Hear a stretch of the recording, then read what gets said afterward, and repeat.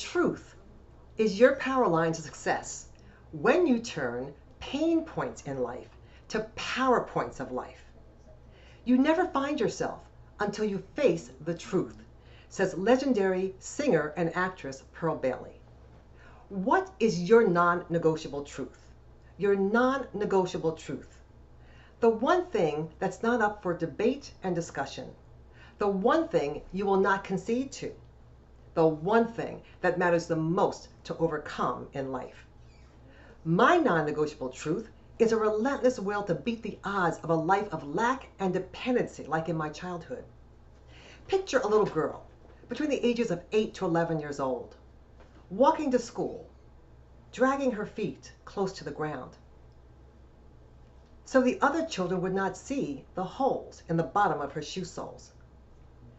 Picture the same little girl wearing used, worn, hand-me-down Salvation Army clothes. Those images still are too shameful for me to recall. Yet they are my truths. They are some of my reality. I'm Brenda Small, CEO of Powered with Potential, your personal development expert, coach, and mentor, where we guide you to up-level your potential and design the roadmap to claim and create more in life. 3-step system: answer the wake-up call, connect to your untapped potential, and turn off snooze to create a life that you desire and deserve by design and not default. I'm excited to be here at Womanpreneur15 with you today, and I'm going to share some of my truths in the hope that you will find and face your truth. We're all faced with overcoming odds in life. Odds to beat being a statistic of defeat and failure because of race, gender, and income class. Odds not to become a lifelong dependent on welfare and food stamps.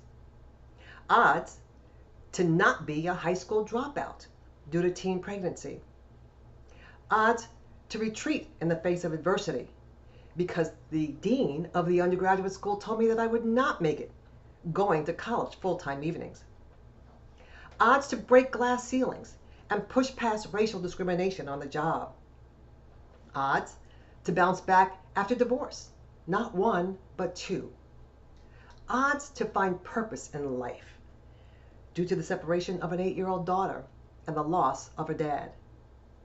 My faith tells me that you can't have a testimony without a test, and you can't have a message without a mess. In many cases, actually going through many, many messes. The journey of my life has not been an easy one. Life has actually taken me through breakdown, breakup, and breakthrough experiences. And there's value in all 3 to overcome the odds in life. By the end of this talk, I will share with you a 3-stage awakening process that's been a part of my journey. The hope is that it will help you find and face your truth. The good news is that through my experience, you will not have to travel this road alone. And while these circumstances are my reality, I knew that circumstances were not my destiny. Let me repeat that. That while circumstances are my reality, circumstances are not my destiny. And I overcame the odds by not conceding to my circumstances. I had to push through the pains of life to deliver on the possibilities. I pushed long and hard to turn pain points into power points. On April 20th, I celebrated another birthday, grateful for a new year of life. And as I reflected on the past year, or should I say years of life, I realized that I'm not the whole woman that I envisioned at this point in my life. That I'm still learning, growing, and becoming who I really want to be. That I'm still living a life less than what I desire and deserve. I admit that for most of my adult life, I've actually been afraid to stand and tell the truth. Truth. Why? Truth has consequences. Truth hurts. Truth is painful. Truth is shameful. Truth is embarrassing. And so I use truth like a dust mop, a broom, wiping things under rugs, covering things up, I was a master at truth cover-up. And every woman knows that cleaning is a continuous process. But the most important thing I've learned about truth is that truth will not reveal itself until I do. Truth will not reveal itself until I do. So who am I? Real or imposter? In the 1950s and beyond, there was a TV game show called To Tell the Truth. The show featured a panel of 4 celebrity guests and 3 contestants. And 2 of the 3 contestants were imposters. The celebrity guests had to decide who is the real person. And so they would ask some pretty personal and tough questions to really get at the truth. The tagline for the show was, "Will the real blank please stand up?" And eventually, the real person stood up. So hold out your hand in front of you and just stretch it wide. You have been dealt the hand of cards for your life. We'll call these truths, so just hold on to them for now. I'll open my hand and show my cards first. My first card is being the eldest of 10 children, born to a professional chef and a stay-at-home mom. We lived in Red Bank, New Jersey, about an hour from New York City. And as the babies came year after year, the house that my dad proudly bought with his veterans benefits became too small. We outgrew it very, very quickly. The house soon became one of disrepair because we didn't have the extra money to actually make those repairs. My dad, as much as I loved my dad, again, a noted chef, but he was also an alcoholic. And so on many occasions, Dad was too drunk to get up to go to work. And so the full paychecks became partial ones. I remember times when the fridge was bare and the fridge was full. Times when the cupboard was bare and the cupboard was full. And we relied many times on relatives, Salvation Army, and church contributions to help make ends meet. Those were my truths, my reality, a big part of my childhood. The important thing that I embraced from my childhood is education, because my mom and dad always told us that we could be more in life and that we should be more in life. And so I embraced the more concept of life. You can have more than you got by becoming more than you are, quotes one of my favorite motivational speakers, Jim Rohn. I didn't know who Jim Rohn was then, but I did remember the concept of having more in life. And then one day, the unthinkable happened.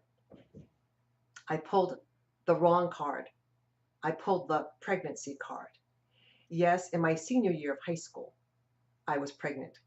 But I knew that dropout was not the credential that I wanted at the end of my name. And so you can imagine how proud I was when I graduated with honors and a diploma in my hand. That same year, I was married at 18, divorced at 23. There was no prom. I was a full-time college student, working multiple jobs, broke and exhausted. Then one day the unthinkable happened. The unthinkable happened. I made a visit to the local welfare office to apply for food stamps to help make ends meet so I could feed my young daughter.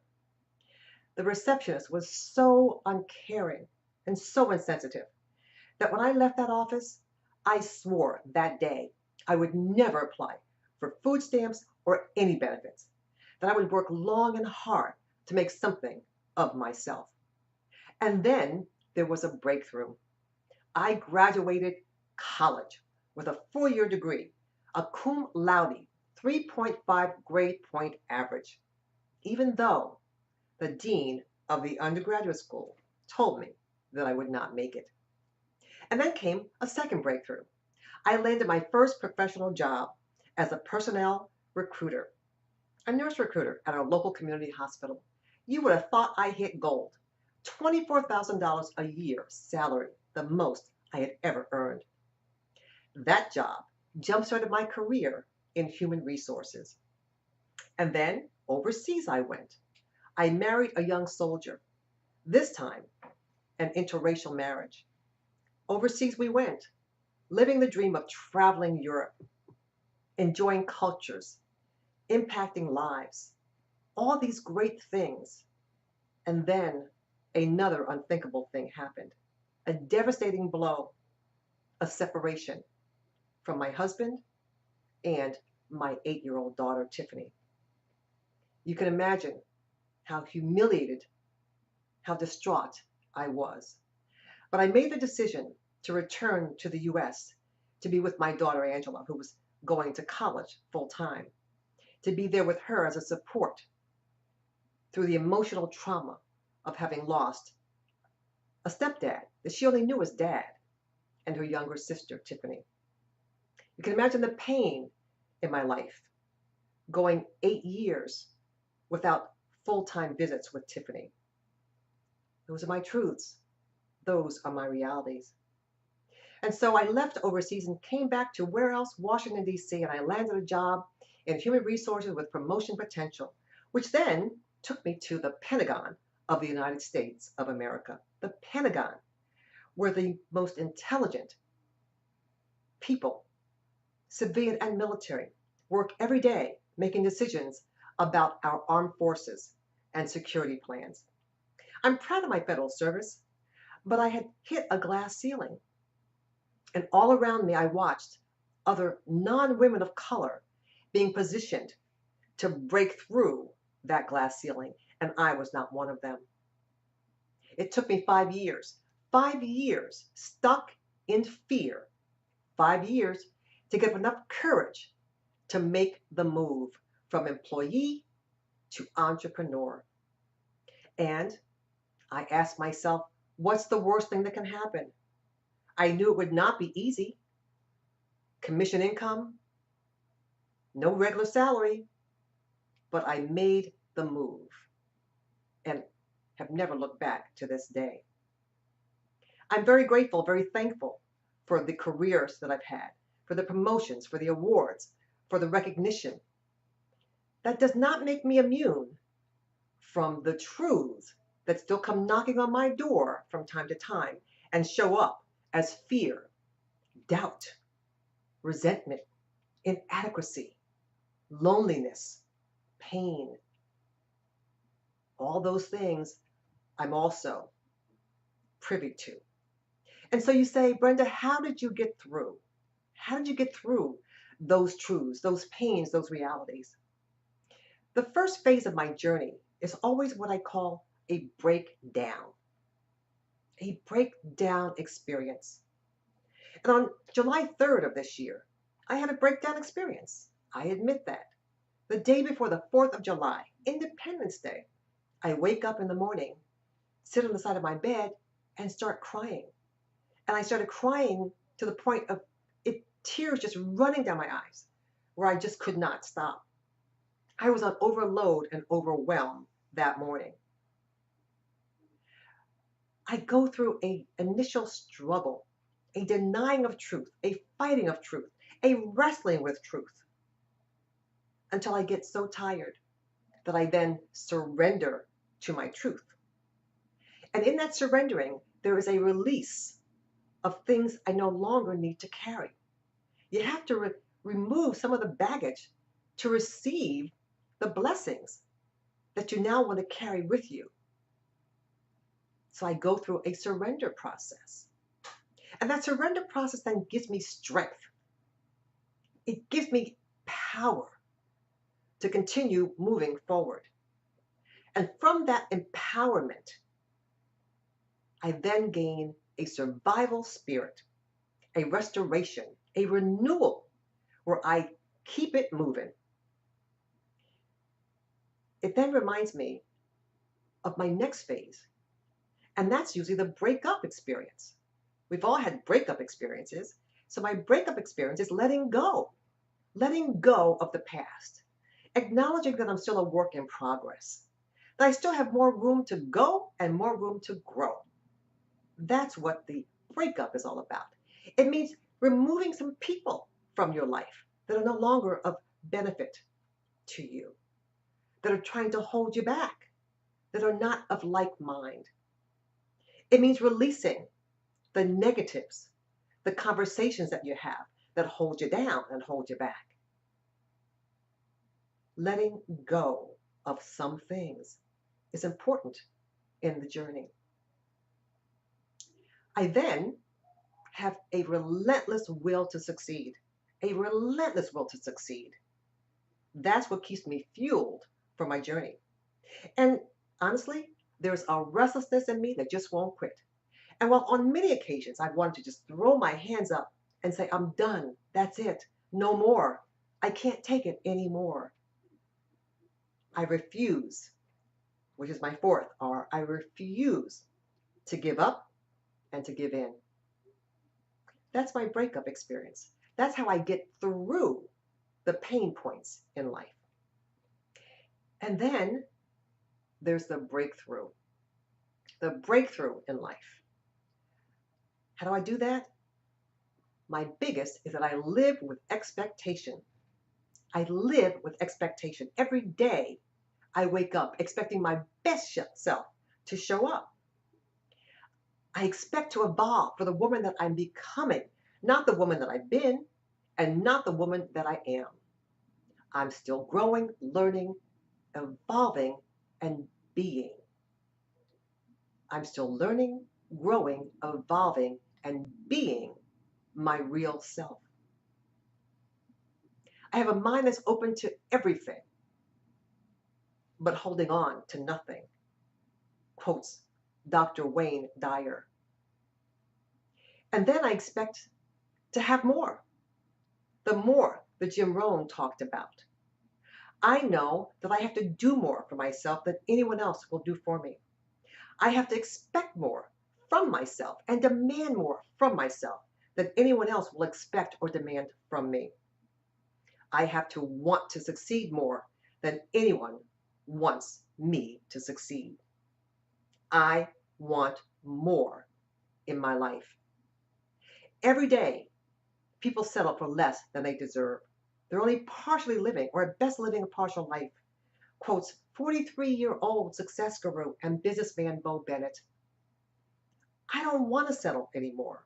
Do you? I will not concede my non-negotiable truth, a relentless will to beat the odds of a life of lack and dependency. Truths are my reality. My circumstances are my reality. But my circumstances are not my destiny. That's how I push past the pains of life to deliver on the possibilities. That's how I turn pain points in life to power points of life. Why live life as an imposter? You'll miss the best that's waiting for the real you. I'm Brenda Small, and I'm not afraid to stand and tell the truth. Truth is my power line that ignites my potential for success. I believe you possess unlimited potential to transform your life, one truth at a time. Let's take the journey together to find and face your truth. You can't control the hand you're dealt in life. You can control how you play it. What's in your hand? We thank you for joining us. We'd like to offer you 2 bonus gifts. Our Power with Potential complimentary 24-minute Wake Up Snooze consultation. And we'd like to offer you our complimentary motivational MP3 Vision Value Voice. Go to my website, www.brendasmall.com, sign in with your name and email address, and use the VIP code for access to the MP3, PWP 0215, PWP 0215. Until next time, stay #powered with potential.